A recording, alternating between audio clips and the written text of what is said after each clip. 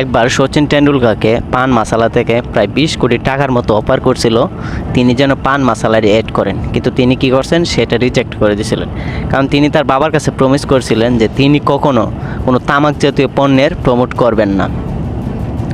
আপনারা হয়তো জানেন যে অমিতাভ বচ্চনরে অনেকে চিনেন। তিনি প্রায় 8 বছর কী করছে পেপসির অ্যাড করছিল। তো তিনি যখন একবার একটা অনুষ্ঠানে জয়পুর গেছিলেন তখন ওইখানের একটা বাচ্চা তাকে প্রশ্ন করছিল যে আমাদের ম্যাম আমাদের বলছে যে পেপসির পানি নাকি শরীরের জন্য অনেক ক্ষতিকর, তো আপনি এই ক্ষতিকর জিনিসটা কেন অ্যাড করতেছেন বা প্রমোট করতেছেন।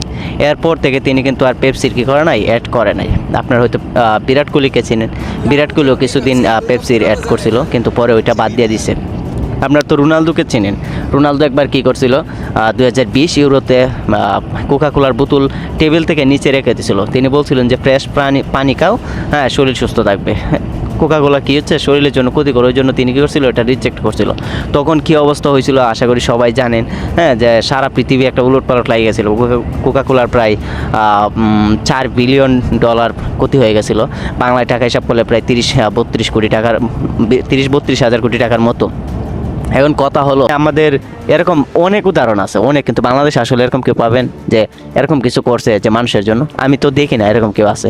বরং বাংলাদেশের যত কি আছে সেলিব্রিটি কিংবা যাই বলেন সবগুলো বন্ড বন্ড বন্ড বন্ড। বাংলাদেশে বন্ডর কোনো অভাব নেই। আপনারা মানে যদি বন্ডর মানে উদাহরণ দিতে চাই, মানে এখন নাম ধরে বলতে পারবো, কিন্তু নাম ধরে আসলে বলার তো আমার দরকার নেই। আমি জাস্ট কয়েকটা উদাহরণ দেই। দেখেন যে এই যে 21শে ফেব্রুয়ারি যখন আসে তখন দেখবেন ফেব্রুয়ারি মাসে আমাদের ঢাকায় কি হয়, বইমেলা হয়। বইমেলা হওয়ার পর দেখবেন কিছু মানুষ আছে যে বইমেলার রুমে নামাজ পড়তেছে, মানুষকে দেখানোর জন্য নামাজ পড়তেছে। অবশ্য এর পরে কিনা একমাত্র আল্লাহ জানে নামাজ পড়তেছে। আবার তার ফ্রেন্ড সার্কেলটা মিলে তারা কি করে, মেয়েদেরকে বলতেছে যে তোমরা লং ড্রাইভে ফ্রেন্ডের সাথে বাইরে গিয়ে ঘুরো। মানে কি করতেছে দেখেন, একটা ফালতু জিনিসকে প্রমোট করতেছে তারা। এরকম আরও দেখবেন যে মসজিদে গিয়ে বিয়ে করতেছে, তারপর কি করতেছে পরদিন কি করতেছে বউকে নিয়ে নাচতেছে। তো এই গেল একটা বন্ড।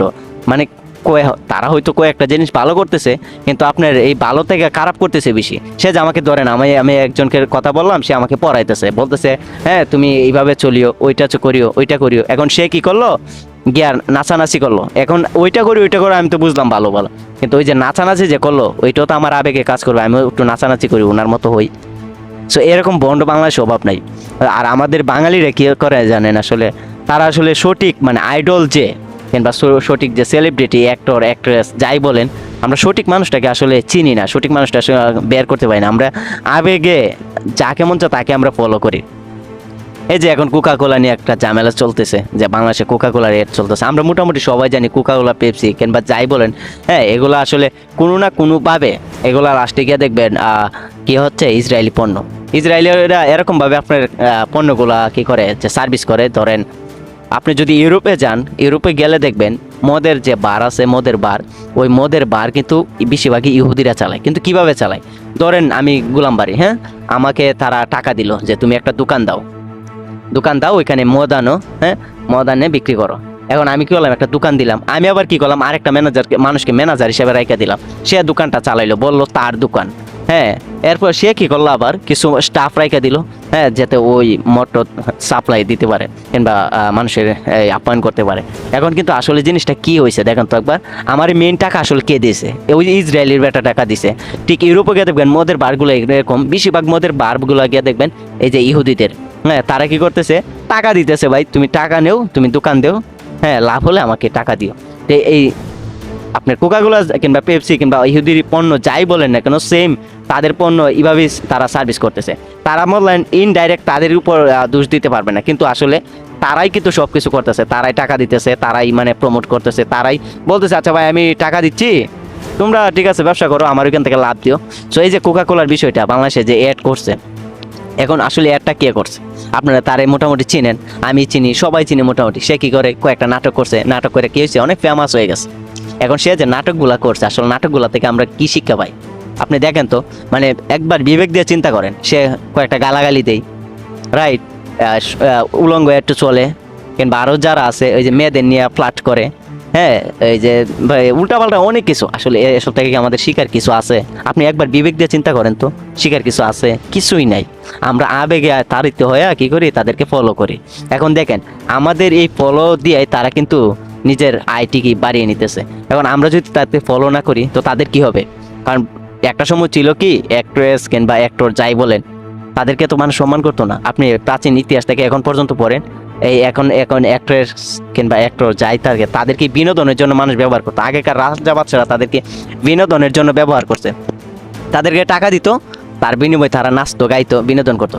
কিন্তু এখন আমাদের এই আধুনিক সভ্যতা কি করছে, তাদেরকে মাথায় তুলে রাখছে, তাদেরকে নিজের আইডল বানে। কিন্তু আসলে কি তারা আইডলের হওয়ার কিছু মানে যোগ্যতা রাখে? তারা এই যে একটা সিনেমা করলো, একটা শুটিং করলো, হ্যাঁ, এই যে একটা ছেলেকে জড়ায় ধরলো, এখন বলেন বাংলাদেশে না বিশ্বের এরকম কয়টা অ্যাক্ট্রেস কিংবা কয়টা নায়িকা আছে যে ভার্জিন? আমি জানি কথাটা অনেক মানে খারাপ শোনাচ্ছে, কিন্তু সত্যি কথা বলেন তো, কিংবা কয়টা নায়ক নায়িকারে পাইবেন যে তার লাইফে একটা মানুষকে নিয়ে সারাটা জীবন কাটাইছে? এরকম পাইবেন না, খুব কমই পাইবেন। যদি খুব কমও পান, গিয়ে দেখবেন ওর চরিত্র ভালো না। ও যে কত মহিলার সাথে কিংবা কত পুরুষের সাথে মিশছে একমাত্র উপরওয়ালা ভালো জানে। তারপর কি করি, তাদেরকে আমরা আইডল মানি। হ্যাঁ, তাদের জন্য আমাদের জীবন দেওয়ার মতো অবস্থা। এই যে মেসি, আপনি দেখবেন যে মেসি আছে, মেসি কি করতেছে? আমি একটা সময় মেসির প্রচুর ভক্ত ছিলাম, এখনও আছে, কিন্তু তার অন্ধ ভক্ত না। মেসির খেলা আমার ভালো লাগে, ঠিক আছে, কিন্তু এই যে মেসি যে কাজ করবে, মেসি কি করে পেপসি প্রমোট করে? আমি জীবনও তো তার এই জিনিসটা আমি গ্রহণ করবো না। আপনি বাংলা ইন্ডিয়ার ক্ষেত্রে যান, ইন্ডিয়ার কি অবস্থা দেখেন। সালমান খান, আমির খান, এদেরকে তো মোটামুটি সবাই চেনে। তারা কি করে? সালমান খান পেপসি রেড করে, শাহরুখ খান কি করে? পান মশলা রেড করে। এরকম অনেক কিছু আছে, অনেক কিছু আছে, অথচ তাদেরকে আমরা কি মানি? আমাদের আইডল মানি। এখন আসলে আমাদের আইডল কে হওয়া দরকার? সচিন টেন্ডুলকারের কথা তো ফার্স্ট টাইমে বললাম, যে তাকে 20 কোটি টাকার অফার করা হয়েছিল। 20 কোটি টাকা এখন না, অনেক আগে 20 কোটি টাকা, অনেক টাকা, 20 কোটি, কিন্তু সেটাকে সে রিজেক্ট করে দিয়েছিল। অথচ তারে আমরা মানে এত গুরুত্ব দেই না, তারে আমাদের এত মানে ইয়ে করি না, ফলো করি না, কারণ সে তো এত মানে ওই যে আমাদের বিনোদন দিতে পারে না, উল্টাপাল্টা কিছু বলতে পারে না। হ্যাঁ, আমরা মানে অন্ধের মতো আসলে। আর বাঙালি তো, আমরা তো বাঙালি একটু আবেগী জাতি। আমরা হচ্ছে কি আমাদের আবেগটারে যে কন্ট্রোল করতে পারে তার কথায় আমরা মানে উঠে বসি। জায়েদ খানকে মোটামুটি সবাই চেনেন, সে খুব ভালো করেই জানে বাংলাদেশের মানুষ কিরকম। এই জন্য সে 2 দিন বাদে বাদে ডিগবাজিতে সোনার চেইন দেখায়, ওইটা দেখায়, আর আমরা ওই ভিডিওগুলাই দেখি। কারণ আবার আমরা বলি ও তো ফালতু, কিন্তু ভাই ফালতু তো ঠিক আছে, এটা আপনিও জানেন আমিও জানি, কিন্তু আপনি ওর ভিডিও দেখেন কেন? আপনি যদি ওর ভিডিও না দেখেন তা তো ওর রিচ হবে না, ভিউ হবে না, ওর টাকাও তো পাবে না। আপনি তো ওর গিয়ে ভিডিও দেখতেছেন, আবার আপনি বলতেছেন আরে ওতে শিক্ষা কি আছে, ও তো একটা ছাগল। কিন্তু আসলে বড় ছাগল তো আমরা, কারণ আমরা বেহায়ের মতো ওর ভিডিও দেখি। আমরা যদি ওর ভিডিও না দেখতাম, হ্যাঁ, ওদেরকে প্রমোট না করতাম, তাহলে তারা ওই জায়গায় যেতে পারতো না। কিছুদিন আগে দেখেন জ্যানটার নিয়ে একটা বিষয় ঘটলো, হ্যাঁ, তো আমরা এই যে সবাই একসাথে কি করছে, এটা প্রতিবাদ করছি বলেই এই জিনিসটা আস্তে আস্তে কি হয়েছে, বাদ হয়েছে। কিন্তু এটা তো মানে সাময়িক সময়ের জন্য, কিছুদিন পর দেখবেন আবার ওইটার কি করবে, তারা প্রমোট করবে। সো এই যে আমাদের যে আবেগ, আমরা একটার পর আরেকটা দাবে কি হয়েছে চলে যাই। যেমন এখন যদি এখন হিরো আলম নিয়ে একটা গান নিয়ে আসুক, দেখবেন আমরা সবাই হিরো আলমের দিকে ছুটবো। এইদিকে আমাদের প্যালেস্টাইন ভাইদের যে মেরে ফেলতেছে কোকা কোলা, যে আমরা খাইতেছি, ওইটা আমাদের মানে মাথায় থাকবে না। তখন আমরা হিরো আলম নিয়ে লাফালাফি করবো। সেই যে আমাদের এক জায়গায় থেকে আরেক জায়গায় চলে যাওয়া, আমরা একটা জিনিসকে শক্ত করে মানে প্রতিবাদ করি না, কিংবা শক্ত করে কোনো কিছু করি না, হ্যাঁ, তো ওইটার জন্য কিন্তু আসলে তারা সুযোগ পেয়ে যায়। এই সুযোগ পাওয়ার কারণে আমাদের যে দুর্বলতা, আমাদের এই দুর্বলতার কারণে তারা কি করে যে এরকম কাজগুলো করতে পারে। আমরা যদি একদম শক্ত হাতে সব কিছু প্রতিবাদ করতাম, তাহলে তারা এই সুযোগটা কখনো পাইতো না। তো আমার কথা হচ্ছে যে ভাই, আপনি ভিউ দেখে কিংবা ফলোয়ার্স দেখে একটা মানুষকে ফলো করিয়েন না, তার কাজ দেখেন, তার কাজ দেখে তারে ফলো করেন, সে আসলে কি করে, নৈতিকতার দিক দিয়ে সে আসলে কি করতেছে। কারণ ওইটা আমাদের কাজে দিবে, ওইটা আমাদের পরবর্তী প্রজন্ম যারা আছে তাদেরকে কাজে দিবে। কারণ আমাদের এই দেশটা অনেক কষ্টের বিনিময়ে স্বাধীন হয়েছে, আমাদের এই দেশটাকে আমাদেরই রক্ষা করতে হবে।